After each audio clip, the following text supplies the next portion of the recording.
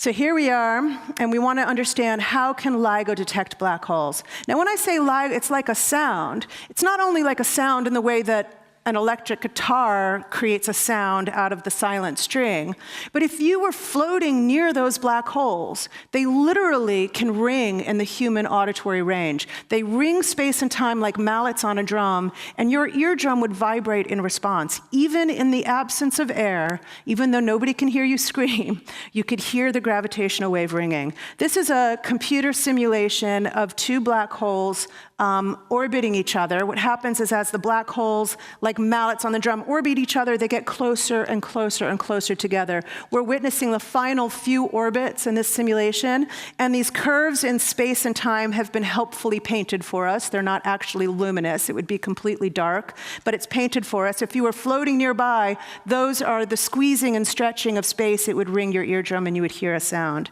So let's listen to what they would sound like. At the end of the day, the two black holes collide and merge and create one bigger black hole that settles down and goes quiet. That's the theory.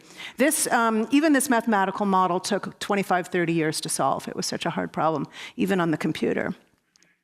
So here is a much simpler variant of that, an approximation of that. And what you're about to see is two black holes, just their orbits. In red is one black hole, in yellow is another black hole. They're the same size, and they're orbiting each other in circular orbits. And as they orbit, they lose energy. Just like you would if you were banging on a drum, you'd lose energy to the ringing of the drum. And they get closer and closer together as a result, and eventually they merge. And so we're listening to the final minute or so.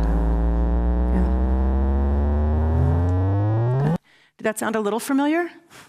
It's a little bit like the detection, right? It has a little whoop, chirp at the end. Here's another example of two black holes colliding. In this one of the black holes is 10 times heavier than the other, and so it's not moving as much. And I've also put them in crazier orbits, random orbits. And notice you can hear the difference. Okay? You can hear the difference between the two systems. And this whole system is actually moving around a lot. It gets quieter as it points away. It gets louder as it points towards us.